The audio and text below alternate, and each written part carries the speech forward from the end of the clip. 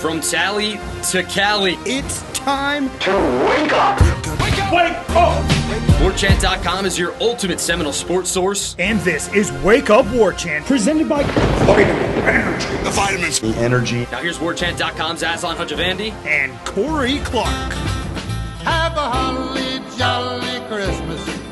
It's the best time of Wake up! It's Wake Up Warchant presented by Vitamin Energy. Coming up on today's show, what's the deal with all the misses over the years at linebacker? Some potential silver lining about a Toolsy portal entry, and we're generating discussion sparked by Cummins. Wake Up Warchant presented by Vitamin Energy. VitaminEnergy.com. warchantbogo, your promo code. Yep, still out there, everybody. Buy one, get one free. Pretty cool, right? Pretty cool. So is just taking a simple shot and getting all the energy you need to make it through your day and more. I think you can even probably work a full day and make it to the gym still. Have the focus you need. Have your mood at a nice high level. All with Vitamin Energy. VitaminEnergy.com. Shake it and take it. warchantbogo is your promo code. Warchant.com, your ultimate Seminole sports source. $1 for a week. All right? We know that's $1 for a week, and then you get a year subscription to The Athletic. Running out of time to get gifts, everybody. So this is one of those gifts that just might be nice for that special someone in your life. I wish Corey Clark was a special someone in my life, but he's just a guy I get to do podcasts with. We're not even best friends anymore, everybody. Anymore suggests that we were at one point. What a weird way to intro Corey on this show today. Not a good start for your boy. Corey, take over. How are you? I'm great, buddy, and we are best friends. You know that. You know awesome. that. We're best friends, at least on this podcast. You're my best friend on this podcast. Nice. Hey, you mentioned the other day when we were doing a mic check that you were going to be going to a comedy show with your betrothed. Who are you going to go see? You know, I'll cut you off here real quick. That's what I do. I ask you questions, then I start talking. So, bachelor party for your boy here is going to be New York City next month. Kind of cold, not ideal, okay. But what are you going to do? Yeah. Shane Gillis is doing a 3-night set at Madison Square Garden. So we're gonna try to go one night, not all 3 nights, obviously. But there was dissension in the ranks, right? Like one of my buddies, I won't mention his name, but has been completely like torpedoing everything. Just too much money, don't want to do this. It's going to be too cold. And he's from up north. He's like, it's going to be too cold. Yeah. Why are we doing New York in January? Are you stupid? I'm like, I don't know, man. I think maybe we can get coats nowadays. We can maybe buy a coat and we can be all right. So I'm like, all right, let me find out another alternative thing possibly. Your boy Nate Bargatze's going to be in New Orleans in March. Okay. Yeah. So I'm like, all right, well, maybe, but I'm like, March in New Orleans is still not a guarantee to be like great, good weather. I mean, it definitely would be better than New York in January, though. Correct. No question. Yeah. Yeah. But the problem is my best man lives in Serbia right now, the country. I don't know if there's a city of Serbia anywhere, but so he can, he gets a direct flight to New York City. One of my buddies, Manhattan Mike, obviously in the city. One of my buddies lives in, greater Boston. I got, our guy Dallin Cuff, ACC Network, ESPN fame. He's in Connecticut. He's going to probably come down. So it's like, it just made sense to do it there. But all that to say that I'm going to go to a comedy show. What comedy show are you going to? Anthony Jeselnik. Yeah, that's our guy. That'll be our third time seeing him. Maybe only the second time seeing him, but we've seen all his specials, everything. He's very dark. But we love him. We love him. And so, he'll be up in Louisville 2 days before your wedding. So we'll be there. Louisville. Nice. All right. Hopefully you guys can enter the transfer portal after that long soliloquy of an intro. Elijah Moore did, though, on Monday. As we sit here and talk, the latest entry into the portal from Florida State side of things. Talented 4-star wide receiver. Had pretty good sort of feedback we heard about him from the coaches going into the season, but never really ended up materializing into significant game action. The only thing I can really remember Elijah Moore being in the game, I think, was like that Pitt game when Deuce got hurt. He was kind of thrust into duty there. So 6'4", 206-pound wideout, caught 2 passes for 17 yards. In 2004, this past year, 3 catches, 52 yards. So this now, Corey, makes it 5 out of the top 7 signees from that 2024 class have left. Mm-hmm. And of the 23 total signees that year from high school, 12 have left or intend to enter the transfer portal. Shout out to Ira Schofel for all that data. He's a guy that I would like to have seen develop into this offense, right? He's got all the tools. He's got the size. I don't think he's got bad hands, but seemed like he couldn't really get the offense down pat when we were watching practice last year. I'm not sure what held him back this year, Corey, but Elijah Moore, thanks for your service, buddy. Yeah. I mean, again, not trying to kill the kid. That's not a big loss. He hadn't done anything in 2 years. So whether he ends up blossoming somewhere else, they clearly didn't think he was going to blossom here. So maybe he can't go find, water finds its level. Maybe that he wasn't good enough for this level, or he just didn't fit in this offense, and he can go find somewhere else where he does fit, and he gets 2 years to. Again, the beauty of the portal is you're not just stuck and your college career is wasted, twisting in the wind. You do get a chance to go try to make a name for yourself and go catch passes and go enjoy football. So he gets to go do that somewhere else. And, what do they have? 3 receivers they threw to this year? Yeah. Cam Fryer's left, Elijah Moore's left, B.J. Gibson, like that whole crew from those 4 receivers from that class. B.J. Gibson's playing baseball now full-time, so not great evaluation, not great development, however you want to call it. But, we all wait on Deuce. That's what we care about at that position right now is Deuce. Yeah, we do. Which Ira always giving us some rational, grounded silver lining. With a guy like Moore leaving, maybe that means, right, if you're Elijah Moore, if you were to leave here, it's because you don't see light at the end of the tunnel. You don't see a depth chart opening and making way for you. So maybe that means Deuce is coming back. Maybe it means, McCoy, Danzy don't have intentions of entering the portal. So perhaps a receiver with his tools leaving means that he just thinks that there's a logjam of talent. Hopefully that those talented guys, the McCoys, the Danzys, the Robinsons, do stick around. Don't know, though. Don't know. We'll find out soon. They got to be getting their draft grades back here soon, I would think. You would think, yeah. And look, man, I don't think he's going to be stunned by whatever in my opinion, he's a second-day pick. I'm usually kind of wrong at this stuff. I don't think he's a first-rounder, but also don't think he's a fifth-rounder. I think he's a kid that had 1,000 yards. He's been productive for 3 seasons. He can move, and he's 6'6". And I feel like he'll interview through the roof. Mm-hmm. Any franchise will be lucky to have somebody like that in their locker room, in my opinion. And he's a hard worker. They all swear by him. So I think it's just a matter of he's deciding what's better for him in the short term. Like he's only been in college for 3 years. He's not a redshirt junior. He's just a true junior. So maybe he doesn't think he's ready for the NFL as far as just that lifestyle, that life, being a pro athlete. You're a pro athlete now, but you still get to be college. You still get to keep your foot kind of in, Get your kick in, you get to eat it too. Well, and I want to say it's more innocent than the just the straight business sense of the NFL, but I don't know if it is anymore. Maybe it never was, but I wouldn't say college football is innocent again, but maybe it just feels more fun. And not as cutthroat as the NFL. So, there's a lot of guys, like I think the Oregon quarterback might stay. Arch Manning is staying. Although I don't know what his draft grade would have been. But that Oregon quarterback is just 20 years old. And there's a lot of people, Mel Kiper included, that thinks he'd be the first pick in the draft. But he might not be ready to go deal with all that. And it's not like he's not going to be compensated. Unlike 5 years ago, he can go get paid.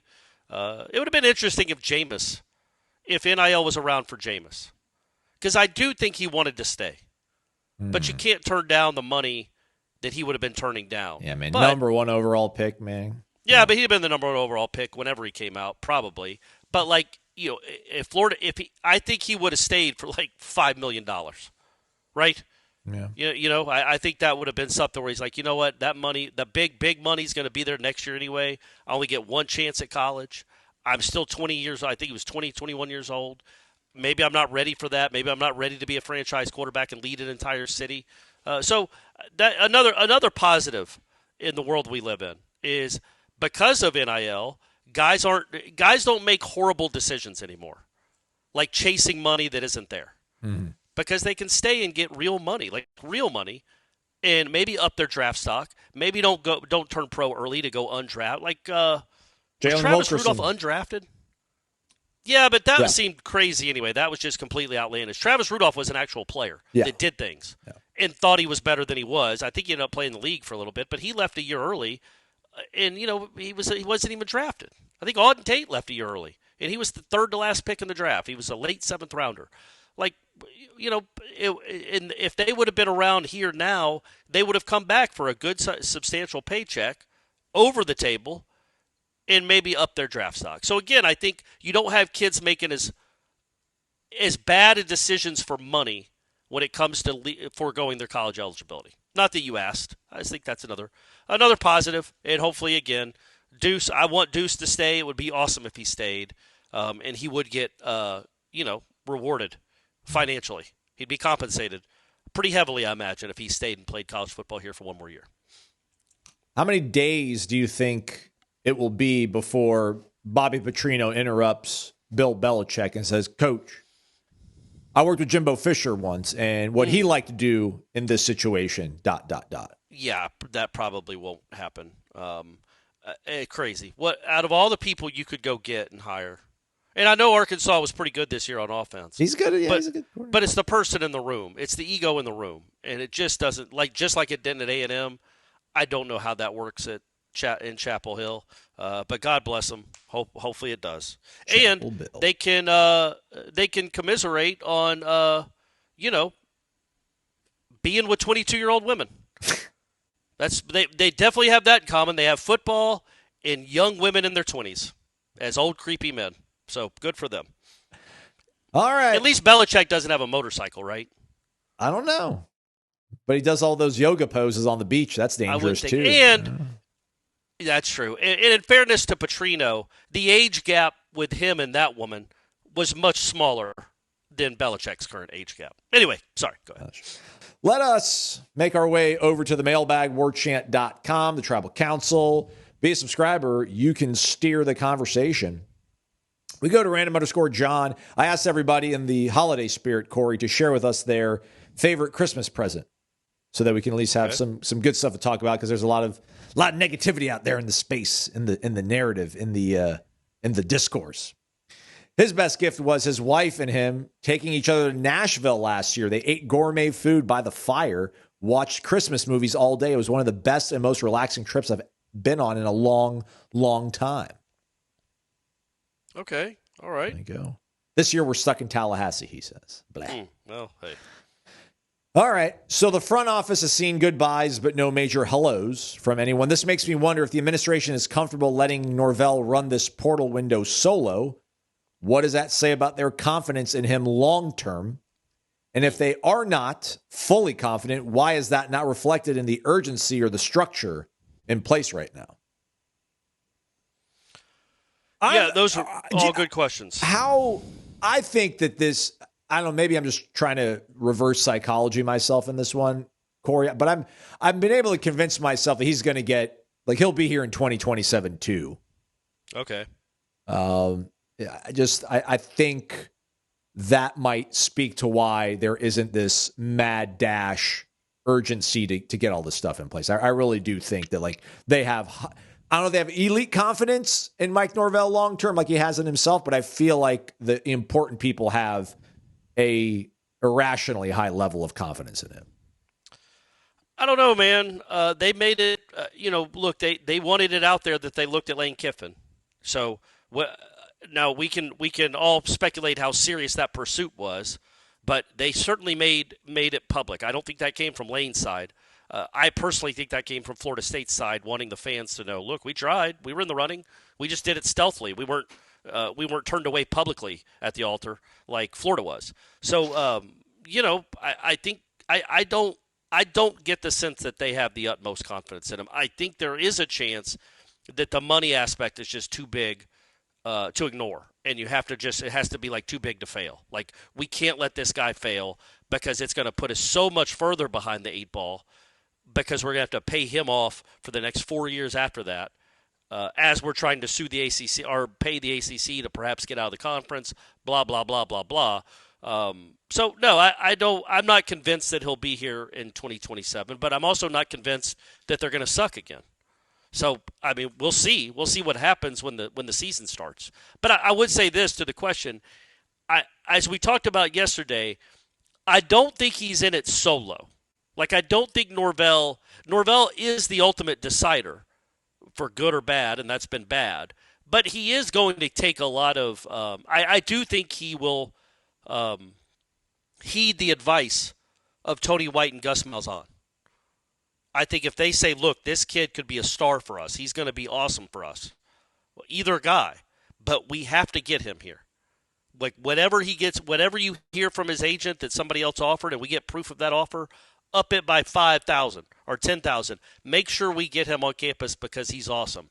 I do think Norvell will listen to them. I do think it is not necessarily just a straight up,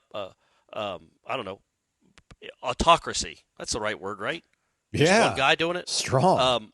But it's not a democracy either because at the end of the day, it is just him.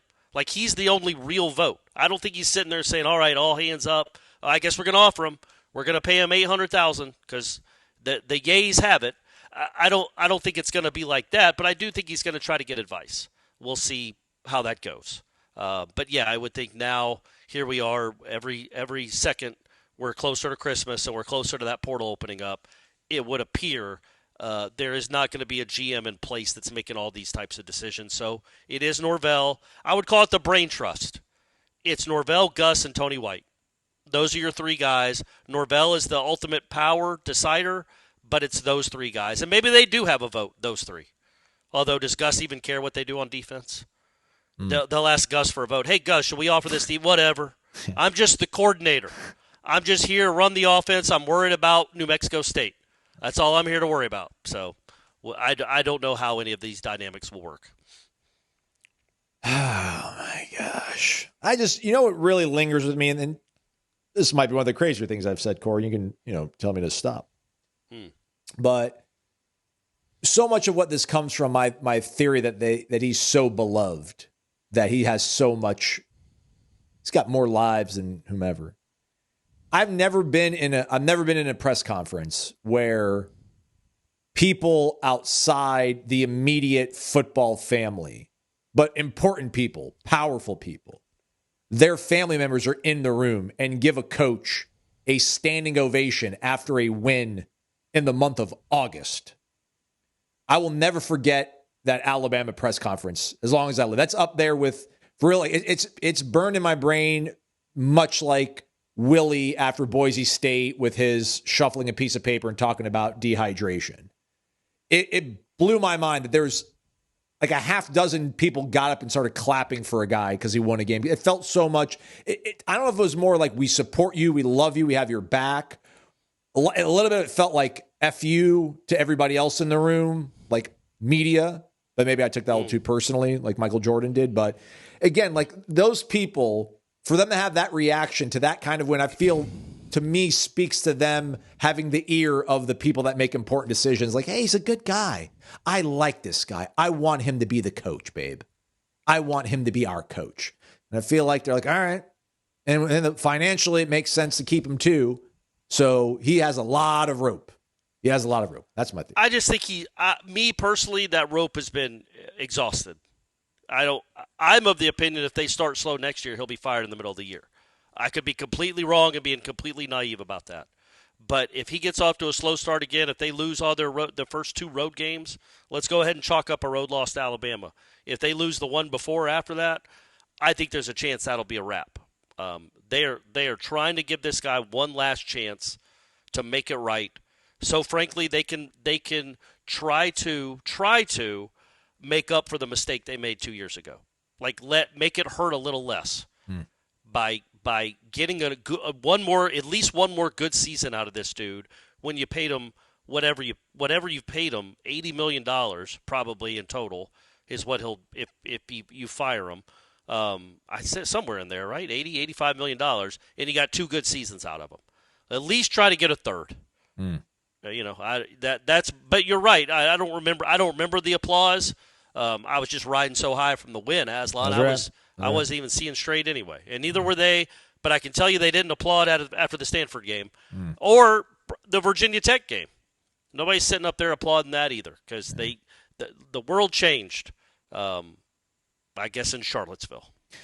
Speaking of them wanting a third good season, let's go all the way down to XDQ004. Our guy Derek He's an Omega man. Wake up, Merry Christmas. As you may know, I am a pattern guy. We played in the first and last BCS championship. We would have also played in the first and last iteration of a 14 playoff had we not gotten snubbed.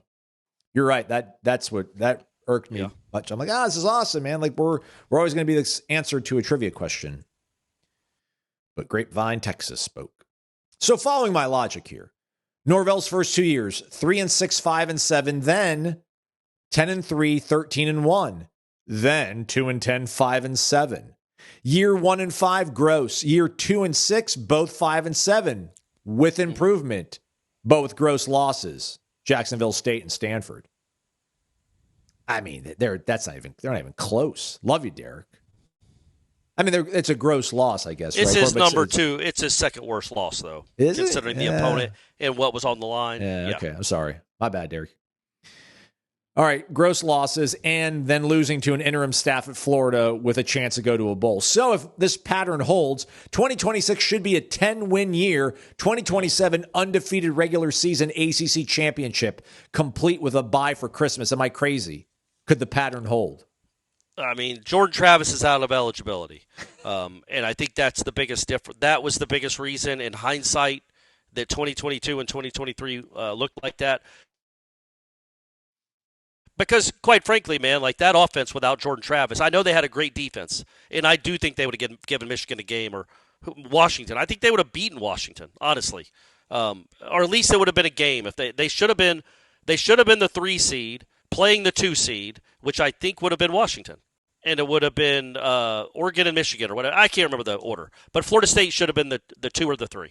They shouldn't have been. I keep saying they would have played because Michigan was the 1, and Alabama took Florida State's spot. Really, Texas took Florida State's spot. Correct. Texas was the 3. Yes. They got to play Washington. Yeah, so Florida State in New Orleans would have. I think it was in New Orleans would have had a real chance against Washington, even with Tate Rodemaker. Oh, I don't think so. Play quarterback. Think so. No, with Jordan Travis, absolutely. Maybe. I don't. No, man. I mean, I don't think Washington's going to put up 40 on them. I think Florida State's defense was worlds better than Texas's defense. Now, and I don't think Washington's defense was very good. So maybe Trey Benson, maybe Keon hits a play or Johnny hits a play or something. But yes, they would have been hard. They would have been hard pressed to win against any of those other 3 teams. But they wouldn't have been blown off the field. The talent was too good. The offense just wasn't good enough because of the offensive line, which we found out as soon as Jordan Travis stopped playing football at this university.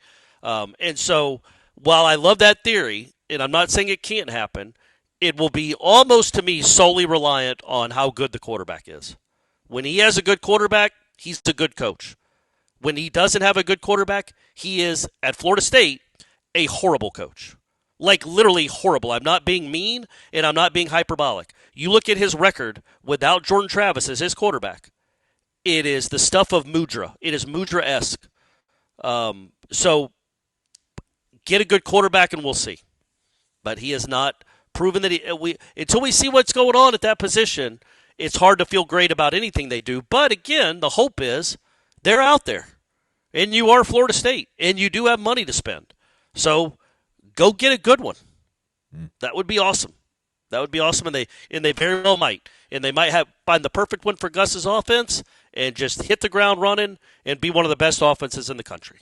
But I just don't think that 2022 and 2023 portend to anything of significance in 2026 if the quarterback position isn't fixed. Yeah, I don't know right now, Derek. They'd have to get a really good quarterback for me to think they can jump to 10 wins.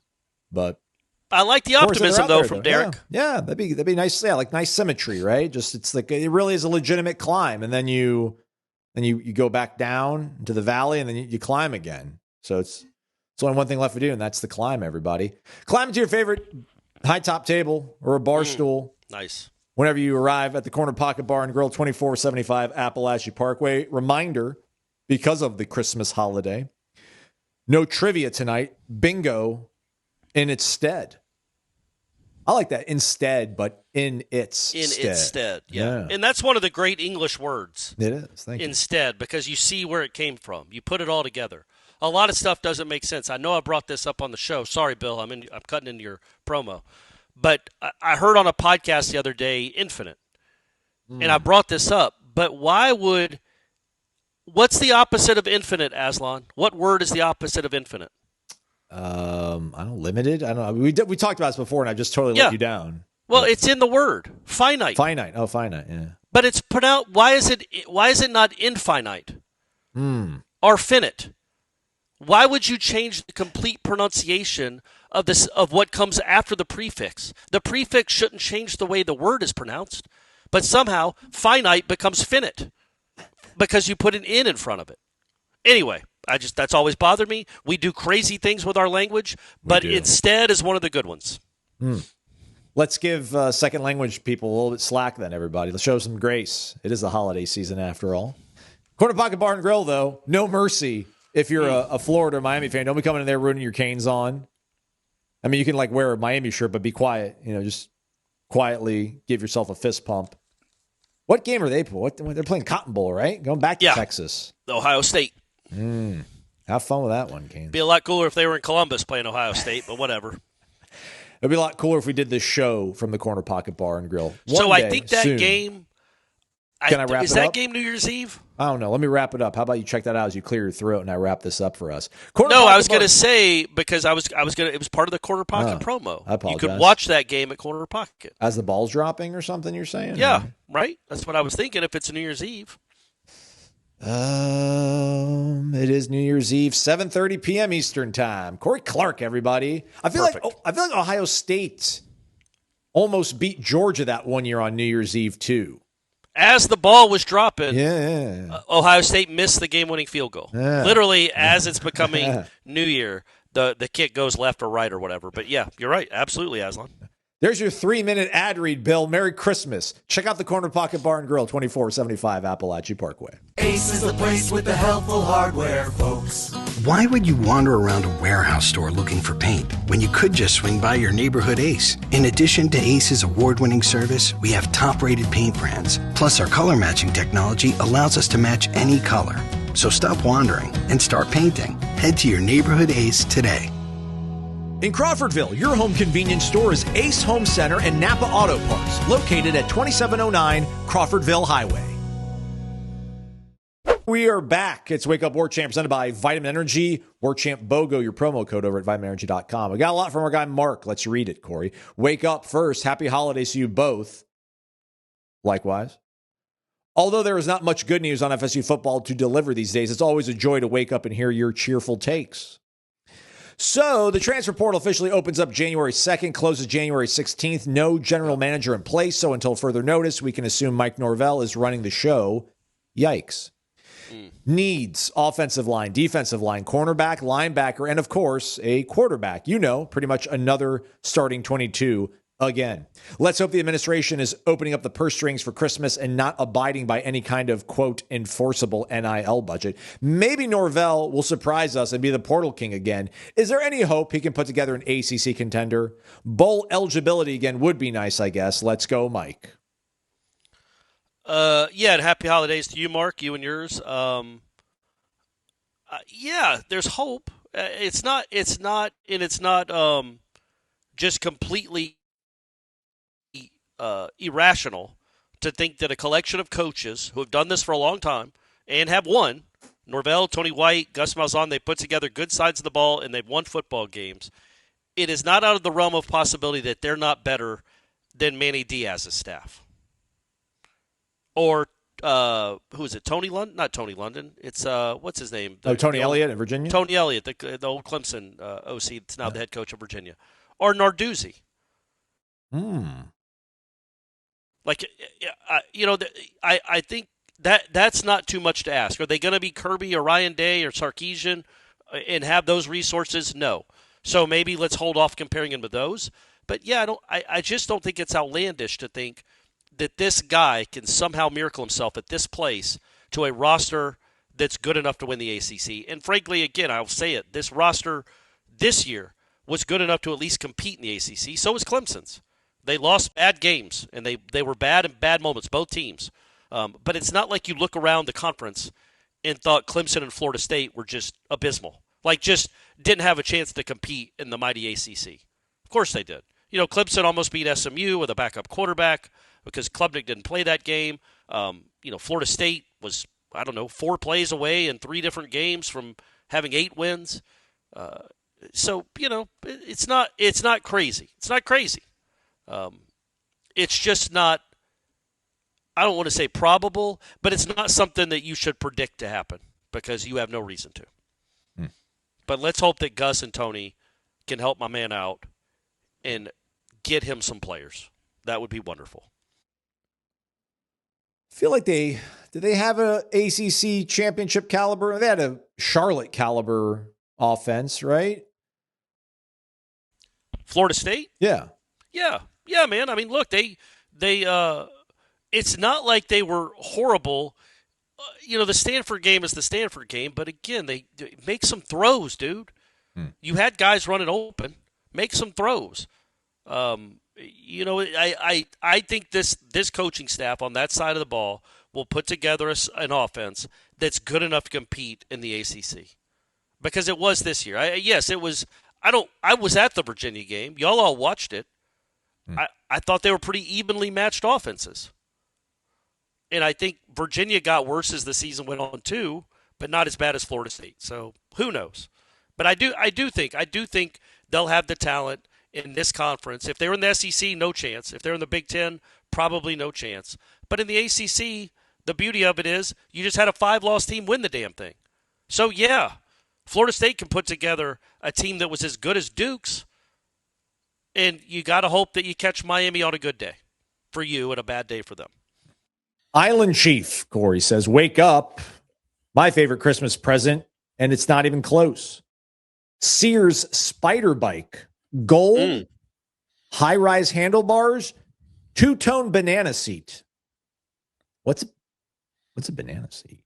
It's the long, it's the long, kind of goofy-looking one that looks kind of like a banana. Okay. No tassels on my handlebars, but I quickly attach baseball cards to the forks to create that vrr. Or he spells it W with like 5 R's. How would you whir, I guess. Yeah, but that's not how it's, because it's like a slap. Yeah. Slap the baseball cards up against it. How old is Island Chief? I didn't know kids were still doing the baseball cards into spokes. There's a photo of him with his arm around Bowden that looks circa 2014 or so, and he looks like he's probably in his late 30s in that photo. Okay, so he's my age. All right. Or maybe a little younger. Yeah, all right. Yeah. Let's give Mike Norvell a Christmas gift from the ghost of Christmas past. Okay. He gets to change one decision he has made since being here. What does he choose? What is his new decision? I'm in Lisbon today. So to all, Feliz Natal y un prospero ano novo. My Portuguese kind of a little hit and miss these days. It's a good question, Corey. I like it because he followed directions. He gave us his favorite Christmas gift. Yeah. And then he kind of kept it in the spirit of this week and the holidays. So I think this is going to be something that we're going to talk about for a good minute or two, and the people out there on the internet are going to do as well. It's generating discussion that's sparked by Cummins. Cameras on. Corey Clark, you know what to do. Stop with the sounds. Sorry, Shannon, and everyone else. That was a good yank there on the generator. Clearly, we could tell. It's generating discussion. It is sparked by Cummins. Cummins Lifestyle on Instagram. Give it a follow. A reminder, every single weekly winner gets entered into a monthly drawing for a Cummins gift bag. Very cool. And then every weekly winner gets entered into a grand prize drawing that will be going down in August of 2026, because Cummins is giving you an ultimate tailgate giveaway. You can bring who you want. You set the guest list. I'm not going to be there to bother you. Corey won't be there to entertain you. Bring your friends. There are going to be food, a tent, chairs, tables, maybe even a TV set up for you. And you're going to get a stay at what I think is the best hotel in Tallahassee on game day. That's Hotel Indigo in College Town for you and your guests. Get involved. Be a subscriber of warchant.com. Have the best question of the week. Generate discussion.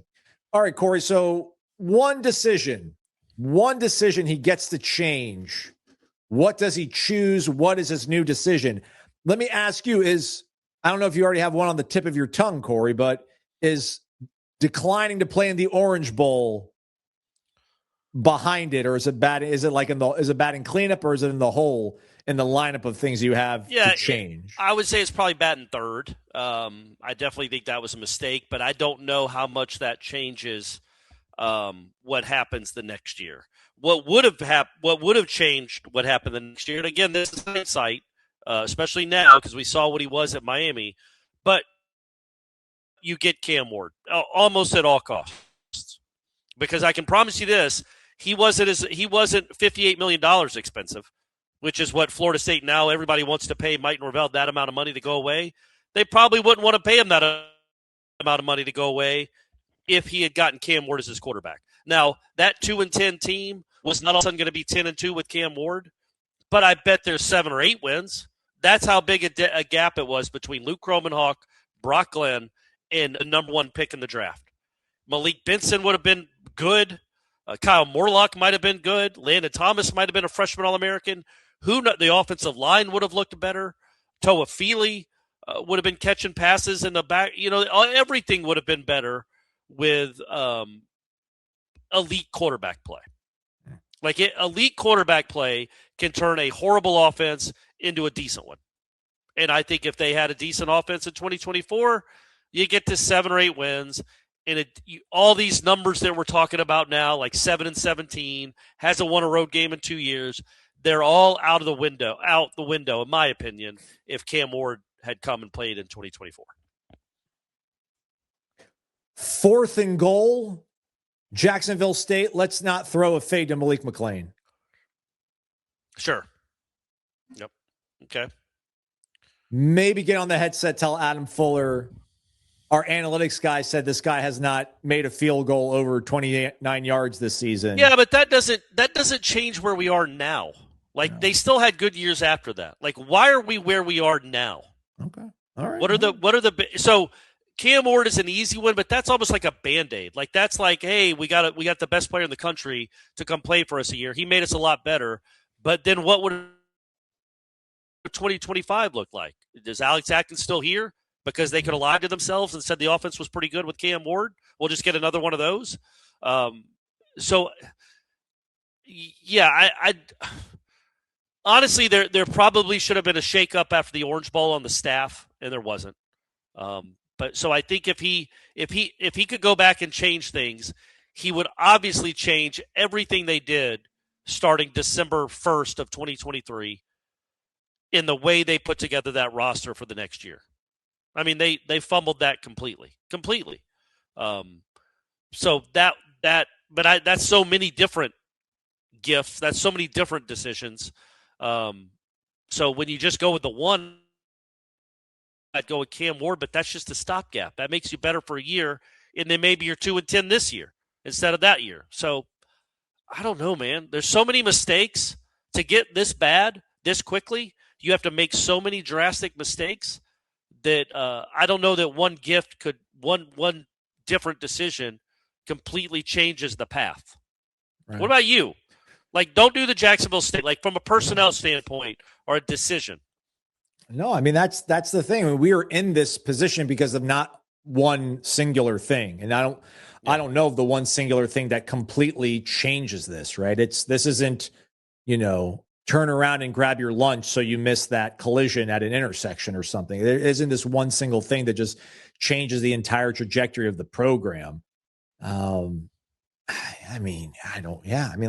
beat Alabama this year. They felt good. I don't know what happened. I mean, maybe in the just, I don't know, not have scheduled the cupcakes, figured out a way to have not scheduled the way you scheduled you laid out the 25 slate with a bye week sandwiched between. Well, not having those guys back to back. That was not ideal to have two horrible teams right next to each other. Yeah. I mean, again, how good was this team? I think this team was better than 5-7. I think that they showed enough to have won more than 5 games. So the way they spiraled, but that's been kind of the trademark. Maybe that, figure out, go see a performance coach, psychologist. Why do things always snowball? Figure that out to where the 2-game losing streak becomes a 3-game losing streak. Like that's just that shouldn't be commonplace here. It's become all too commonplace. So, I don't know, man. Just that Virginia game just have put all the chips in the. I don't know, just the focus. I don't know, man. I don't know. I don't understand how an overtime game against a good team, a 10-win team, where you lost on like the last play, how does that derail an entire season? Yeah, it did, but how? Why? You're right. Like, figure that out. I don't know that there's a way you can go back in the past and figure that out, but that is by far my biggest complaint about this past season. I do think the roster was upgraded significantly. I do think they were better coached on both sides of the ball. But when they lost one game, the confidence was crippled.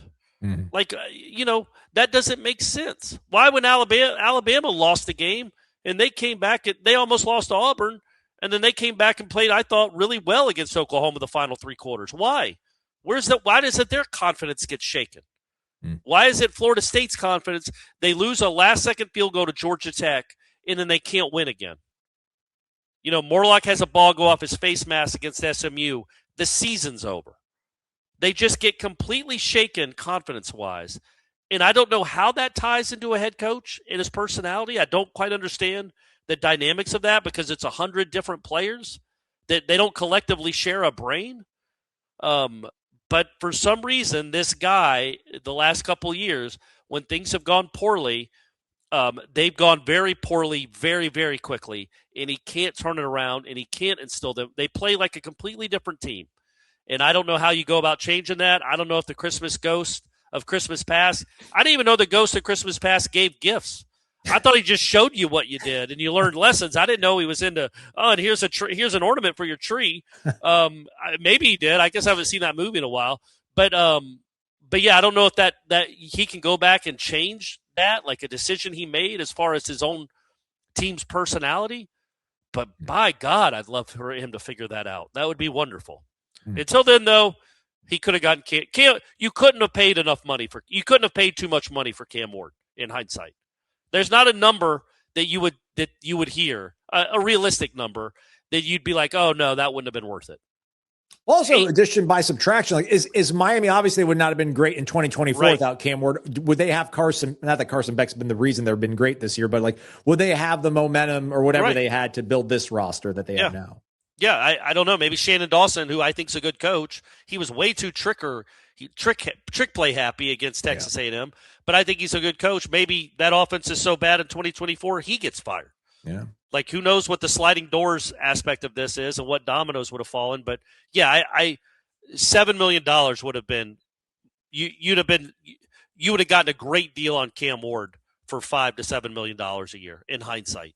So, and it was down to you. It was down to you in Miami. It's not like this was a pipe dream. And he said that he was going pro, or you didn't get the answer you wanted quick enough, so you went to your backup plan, and that failed miserably. So in hindsight, Cam Ward would have been a nice answer. I just don't know if it would have portended to 2025 maybe being any better. Like, that might have been a disaster. It might have been a waiting disaster, and as soon as Cam Ward left, everything would have fallen apart. YouTube people, you should listen to the podcast audio because the opening has got more music bed playing on it. It gets the show started off well. Podcast people, maybe you should watch us on YouTube so you can see Corey's awesome Christmas tree, his fireplace, his TV, and then my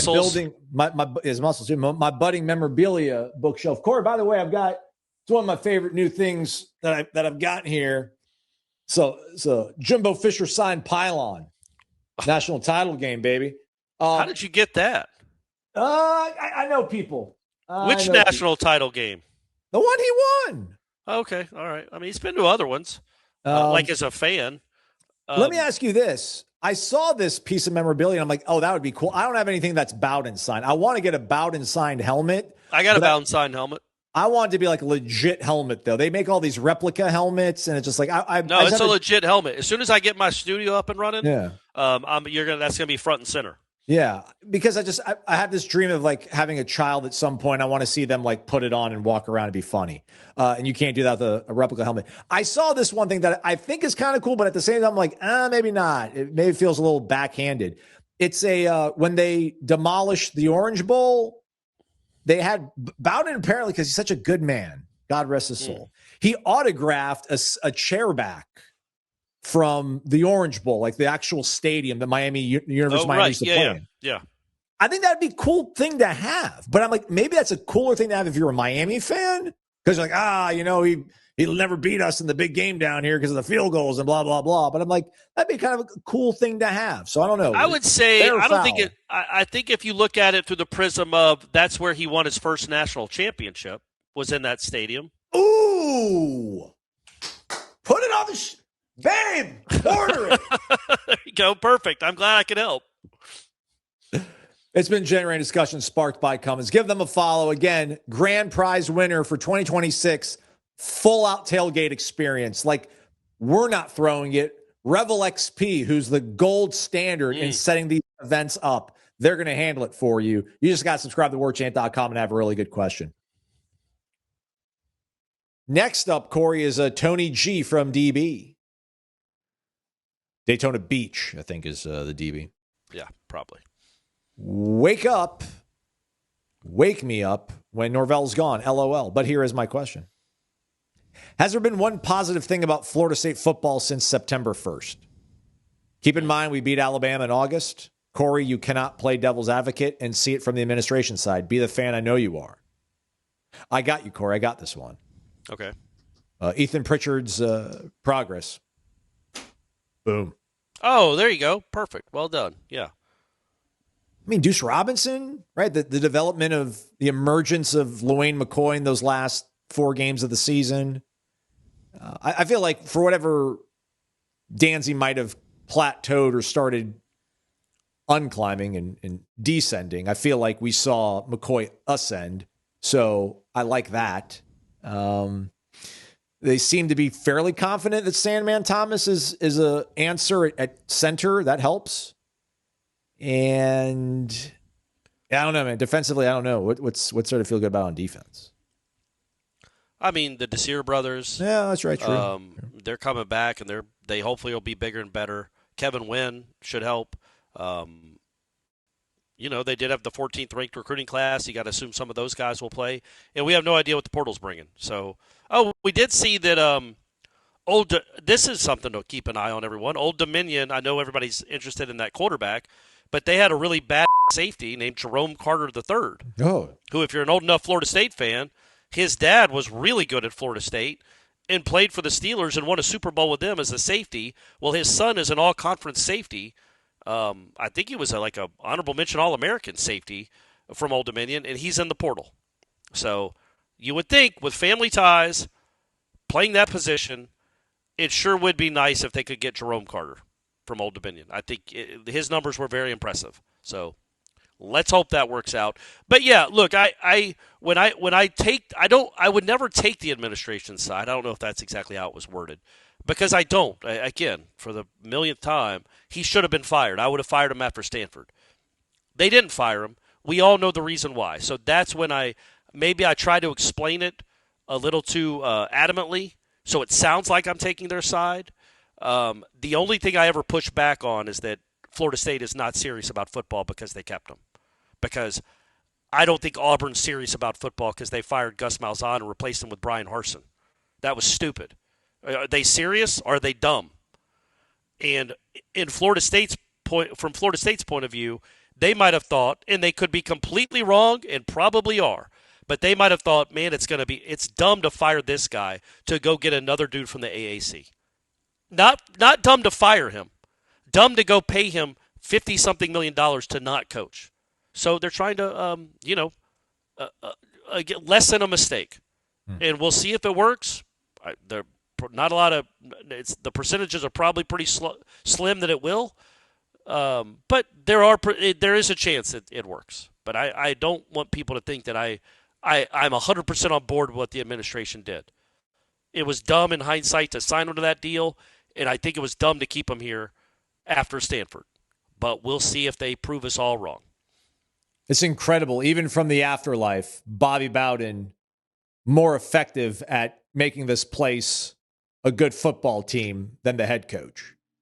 I mean, Deuce Robinson, Yeah. His father played for Bobby Bowden. Jerome Carter III's father played for Bobby Bowden. That's the tie. That's what brings you in. That's all you can hope for, really, when it comes to the portal. Is like, hey, what if Jonah Winston ends up being awesome? Yeah, you got a little Jimbo. You got a little taste of Jimbo in there. Yeah, I don't think so. But I get what you're saying. I should have played along a little bit better on that one. But yeah, he's got really good numbers on PFF. Graded out at 78.4. Played in over 700 snaps this past season.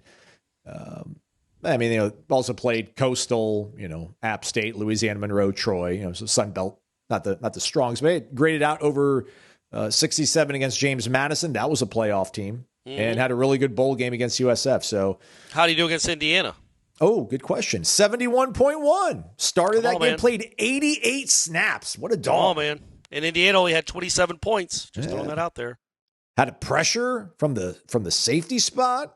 Look at that. Was targeted 4 times, only allowed 1 reception. Mendoza wanted no part of him, man. Wanted no part of him. Yep, they watched the film. So, hey, those are the kind of guys, legitimately. This is not Corey, Pollyanna, everything is awesome, Clark here. Those are the kind of guys I'm interested in. Guys like that have done it. He's leveled up, in my opinion. I know Old Dominion probably would have beaten Florida State this year, but he's probably too good for Old Dominion. He's leveled up. He is a better football player than than all these coaches thought he was 2 years ago.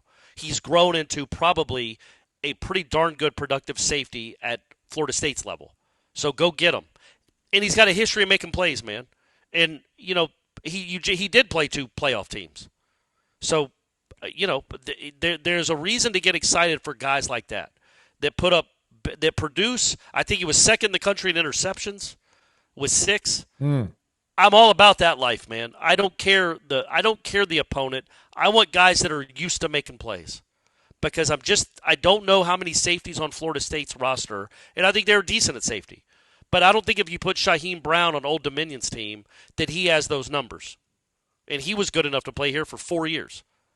So go get guys that have made plays, that produce. Don't get guys that are projects that you think might be able to produce. And they're all projects to an extent when you're fishing from that pond of smaller schools. But go get guys that have been awesome, that have had big moments in big games, whatever their level is. Don't go give me the Jason Jenkinses of the world or the Caleb Lavallees or the Sean Murphys. I don't care that they were big schools. They did jack squat at those schools. Jason Jenkins coming into this year had 13 career tackles. Miss me with that, man. You're Florida State. Don't go get a guy that has 13 tackles in 3 years. Go get a guy that just finished second in the country in interceptions. There's my PSA. Oh, you still got so much Christmas shopping to do, don't you? And you have no idea what to buy for people. It's fine. That's why you listen to this podcast, for Florida State information and gift ideas. May I recommend the Ridge Wallet, everybody? I'm getting married, as you all know, and I got groomsmen, and I'm like, what am I getting my groomsmen? And I've always said to myself, the 3 things you could always give to somebody and they would be appreciated: high-quality umbrella, high-quality flashlight, high-quality electric toothbrush. Who gets those and is like, I'm not going to use this, I don't need it? But they might be a little underwhelmed, like, oh, all right, cool. But they'll use it. The Ridge Wallet, though, they will use, and they're like, man, this is awesome. It looks great. It feels super cool. And it's also safe and secure. I can add an AirTag to this thing, and it will track my wallet in case I lose it. It is compact. It is sleek. It comes with a lifetime warranty, 99-day risk-free trial, and free shipping. What are you waiting for? Head over to ridge.com, take advantage of their biggest sale of the year, and get up to 47% off. And when you're at checkout, try to use the promo code WAKEUP. You might be able to even save an additional 10%. Ridge.com. Last segment of the day. It is Wake Up Warchant. It's the mailbag. Renegade Express, everybody. We got a lot of no questions, just comments, but let's get to some of the last questions in here. I feel like we've talked about this once or twice. Maybe our guy Summit 2001 missed the show. Not everybody gets to listen to every single show. I get it, but let's go to it then, Corey. Wake up, gentlemen. Happy holidays. Simple question, but one that has a lot of opinions right now. The coaches have said they like Kevin Sperry and Brock Glenn remains on the roster. Like every program, we have a finite amount of money, Corey, to spend on incoming players and player retainment. If you are the head guy, do you go get a $4 million quarterback and do the best you can with the remainder to fill the trenches and linebacker weaknesses? Or do you roll with the quarterbacks on the roster, take all the available funds to build the trenches and fill needs? I can honestly see both mentalities, but if I'm the guy, I stick with my quarterbacks we have, and I go get big dogs in the trenches. Yeah, I just don't think you can take a shot that they might be good. And they might be able to win you games, and they might not. They might handle the moment well. They might handle being the guy well, because there's a chance they might not. And we saw what we saw in 2024 when you had two quarterbacks that we were told how good they were, and they were way ahead of anybody they'd ever seen before. When they're thrown into that fire, and they have to be the man, they were horrible. The quarterback play was atrocious. And they were not very good, and they are not very good. And you can't risk that. So you have to go get a guy that can – and Kevin Sperry might be worlds better than all of them. But I just don't think you can leave it up to that chance. But you also, like we talked about yesterday, you don't have to go spend $4 million on a quarterback, in my opinion, because of this offense. You don't need that guy. You need a better guy. And if you go get a better guy, you have a chance to do some things. Do you need a bulletproof roster, though, to actually go and roll with Kevin Sperry? Like, that's what you would need, right? And I don't think you can attain that. Like, you would need a lot. I get it. I understand. Like, save money on quarterback, use all that money to surround him with a great offensive line, maybe a more dynamic running back, or just a really solid defense, a really good offensive line, like I said. I understand that, but it just feels like you would need to surround him with like 2013 level talent. I don't think you can buy that much. Well, I don't. Could you not do what Texas Tech did? I don't know what their quarterback situation. Those guys aren't incredible, right? Oh, Barremore's all right. I mean, Where was he from? He's homegrown. He's been there for like 4 years. But they brought in somebody else, or the other kid's a freshman. He was a high school recruit. I mean, he's thrown for over 2,600 yards this year, 22 touchdowns, only 4 picks. Morton. Yes. Yeah, but so they went in the portal for everything else. Yeah. They did get Wake Forest's old quarterback, Mitch Griffiths, which was a weird addition, but he never saw the field. But yeah, Will Hammond is the other guy that it seemed like they wanted him to maybe end up being the starting quarterback, but he got injured, and then Morton came back and won everybody else over.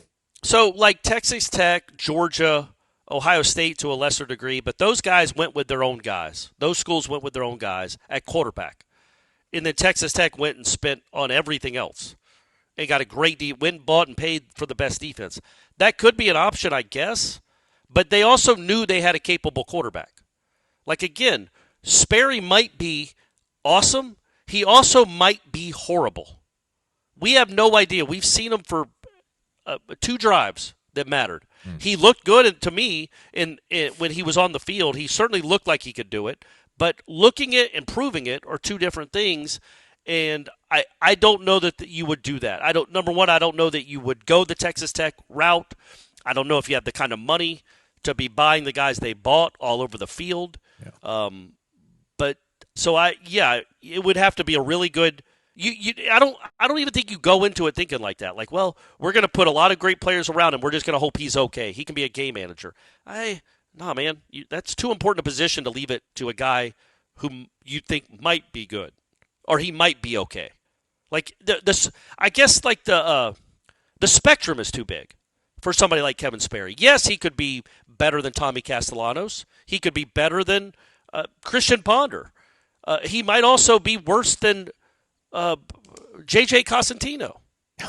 That's I know, but I mean, you don't know. That's the point, is you just kind of don't know. The spectrum is too big at too important a position right now, in my opinion, to go try to surround him with greatness and then just hope he can hold up his end of the bargain. Because if he can't, the season's going to tank, no matter how good your defense is. If your quarterback sucks, your team is going to suck. Also, I do wonder, all right, so let's say they don't spend $5 million on a quarterback, which I don't think you're advocating for. You've pointed out the fact that it's the silver lining of Gus's offense. You probably are going to be limited. There's going to be limited interest from those $5 million NFL first-round, second-round pick types. So you're going to be shopping from a different basket, which probably makes it a little bit more of an affordable basket. But let's just say that they're not going to spend $4 million on a quarterback. Like what $4 million is not going to get you, again, like enough talent to prop up some kid that's not ready. Jabril Rawls sticks around, right? Then maybe you get a good edge rusher. Right. You get somebody else to help Deuce out. Not that I don't think he needs help, but I don't know, get another like big time proven running back, and you're probably done. That's it. And then you're rolling with Kevin Sperry and what you threw out there last season. It's like, man, I don't know. Don't think that's a huge upgrade, but I understand the sentiment. I do understand the sentiment.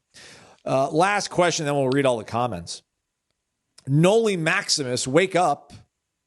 He's the second person that followed directions and told us his favorite Christmas gift. His favorite Christmas gift always was when the new NCAA football game dropped so I could whoop Miami's butt endlessly. Who wouldn't want that? I remember when NCAA would drop. It was always a good time. Let's talk linebackers, Corey. It seems like forever since we've had a linebacker room that you could be proud of. Kalen and Tatum were solid. I like them. But other than them, we may need to go back to Jimbo for good linebackers. What do you attest that to? And what will it take to get some good linebacker play in 2026? Because I feel like it's the key to a good defense, and ours just have been poor for too long. Yeah.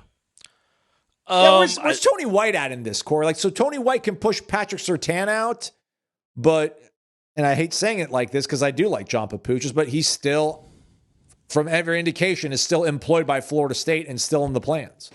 So that's, maybe we start there, like legitimate new blood at linebacker, not Randy Shannon, not Chris Marv. I mean, I guess Chris Marv was new blood, but, Chris Marv flamed out at Virginia Tech as a defensive coordinator there. And then you go and get Randy Shannon, who's, better years of coaching were probably far behind him. And then, you kind of find yourself in a position where we'll bring a new defensive coordinator in. We have a limited maybe budget, and he needs to bring all of his other guys from Nebraska. We can't afford everybody, so we'll keep you around because you also help us out with special teams, but special teams wasn't good either. That would be a nice start because I feel like they had some good clay this past year, Corey. They had better clay than they did in 2024, but that's not saying a lot. So I don't know. I'm more of a coaches, X's and O's, and Jimmys and Joes when it comes to linebacker play for Florida State right now. Yeah, I would say this: if you're looking for like the common thread for the last 10 years, you can't just say bad recruiting because it's been a bunch of different people doing the recruiting or developing. Like Papuchis is the linebackers coach now, but a year ago he was the DN's coach. So we can't put it all on Papuchis. That the linebackers didn't play very good this year. They seemed to get worse as the season went on. Elijah Herring wasn't good by any measurement. He certainly wasn't what he thought he could be. And I'm certainly not going to sit here and say they were coached well, but it's a small sample size for Papuchis at that position. Special teams is a different story, but his actual position coaching, I don't even know what his history is with linebackers. Why was he there? He was. I think he coached linebackers at Nebraska or Maryland. One of them. I'll check out the. Oh, was it? Okay. But he was DNs here, right? Yes. And so,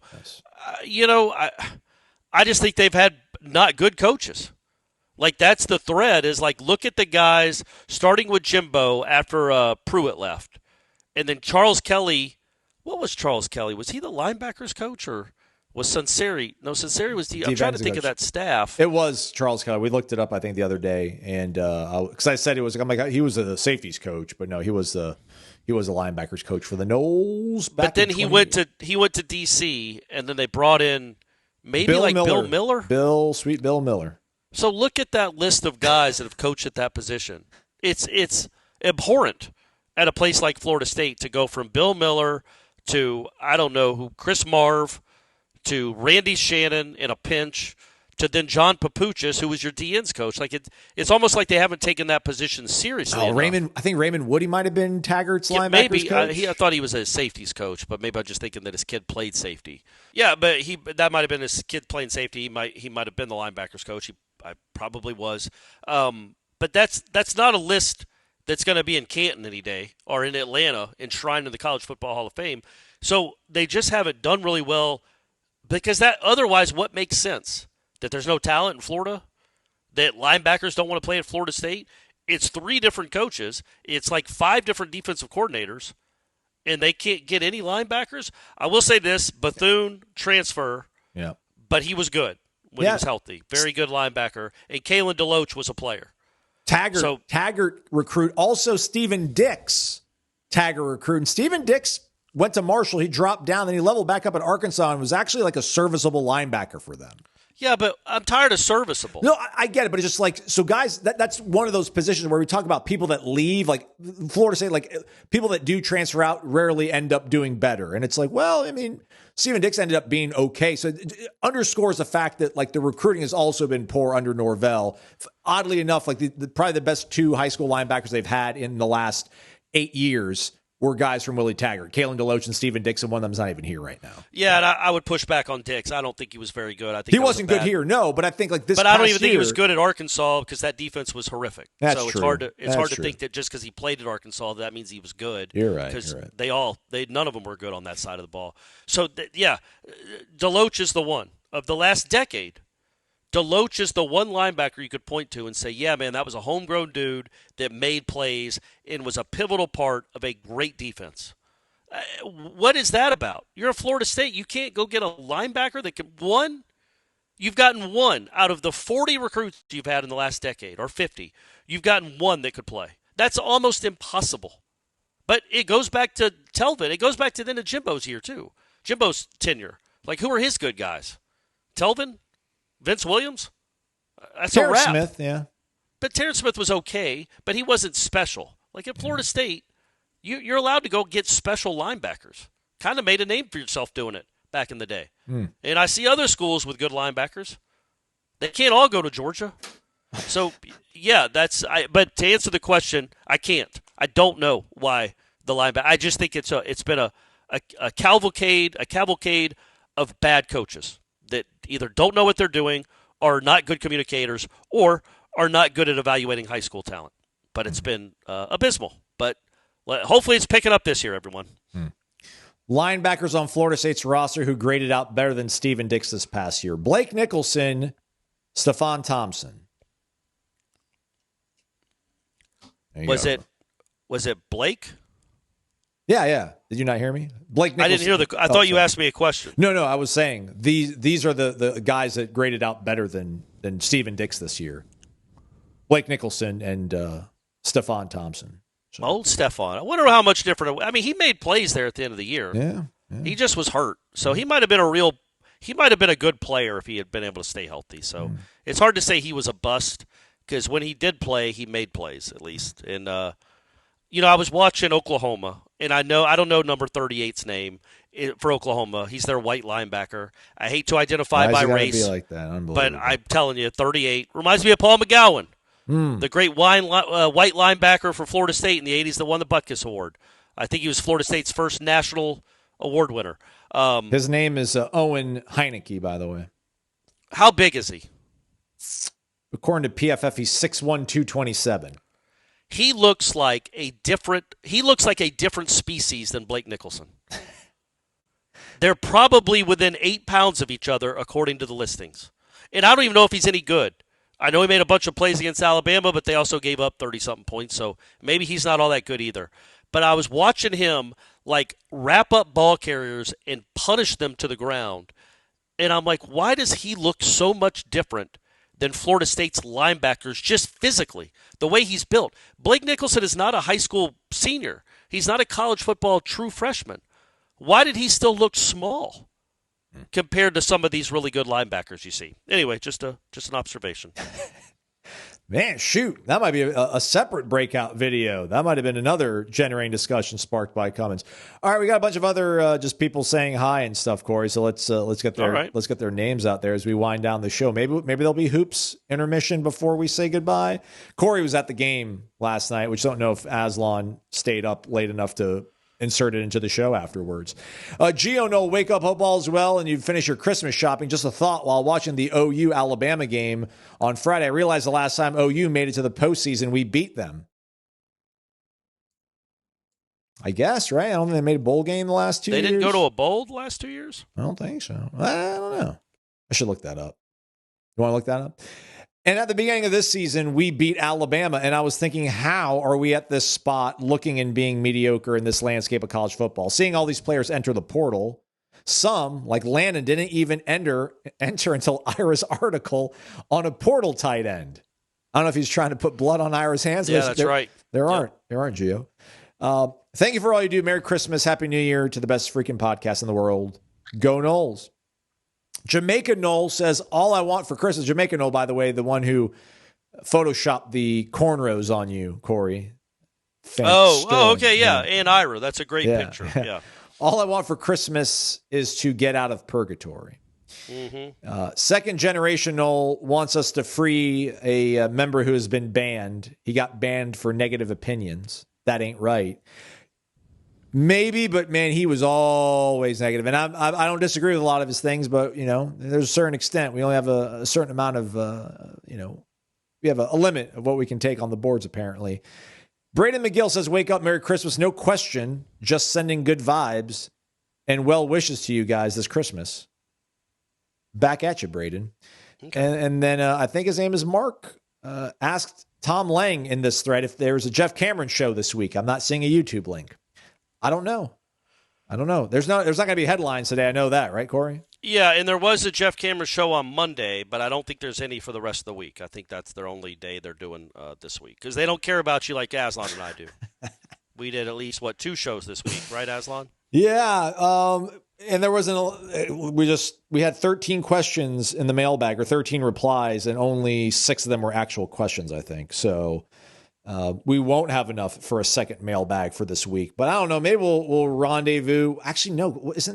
Thursday is Christmas, right? So that would be a Thursday for Friday show. So this might be the end of the line for us. Yeah, it could be. For the month. What are we going to do? We did our best. Yeah. We'll be back, though, at least for sure, for a Monday show. I was telling Abby, too. She's like, are you going to have to work on, like, Christmas if something happens? I'm like, maybe we'll do, like, a reaction video. Like, we can be the guys that do it, and then I can just make that, like, the quote-unquote podcast, if you will, as I can feel Corey like if Deuce saying no. If Deuce announces he's coming back as, like, a Christmas present. Yeah. We could do something like that on Christmas Day. Yeah, that's fine. We could do something like that. All right, so that is a wrap for us then, probably for the week. Hope you all have a Merry Christmas. What everyone have a Merry Christmas. I'm sorry about the year. I'm sorry about the last 2 years. It will pick up, I promise. But hey, you have your health. The sun is up. You still get to watch football. You still get to breathe air. You still get to open presents under a tree and hopefully enjoy the holidays with your family who you love more than anything. I hope for that too. Also, there's no way you got banned from Warchant for having negative opinions because we wouldn't have a site if we banned everybody for having negative opinions. Come on now. There has to be more to it than that. One of these, I'm sorry if I offended. Sorry if you were offended. Yeah. It might have been like something really personal and mean. Yeah, he goes over the top. Yeah. He goes over the top. All right, Corey, well said. Very well said. Merry Christmas to you, my friend, if I don't talk to you until Thank you, Aslan. You're my best friend. I hope we talk on Christmas. Well, why wouldn't we? He's Corey. I'm Aslan. Thanks for listening to Wake Up Warchant, presented by Vitamin Energy, vitaminenergy.com. Warchant BOGO, your promo code. Buy it for Christmas.